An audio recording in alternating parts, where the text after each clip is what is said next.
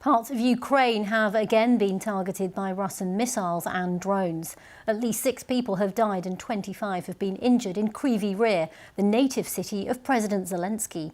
Local authorities have confirmed. Elsewhere, authorities in the northern city of Kharkiv reported 2 drone strikes on civilian infrastructure.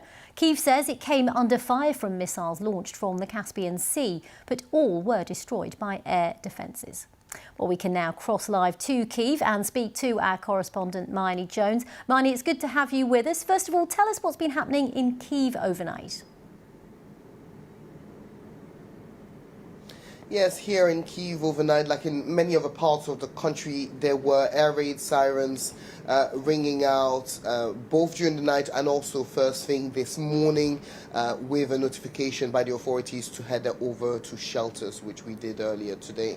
The town of Kryvyi Rih, which is President Zelensky's hometown, was one of the areas that was hit by one of those missiles, particularly a 5-story building. We're now hearing that 6 people, unfortunately, were killed by that strike.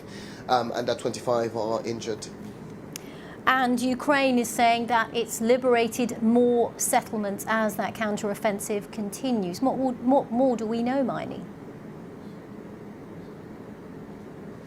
Yeah, so the count has now gone up to about 7 settlements, all in the area of Donetsk in the east of the country. It is a very small area, and many of those villages were deserted, had very small populations even before the conflict started.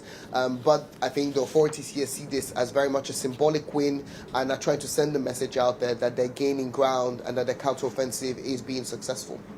And as we mentioned earlier, there have also been strikes in Kryvyi Rih, which is the hometown of President Zelensky. We've seen some footage emerging on social media. But again, have you had any more updates on the situation from there?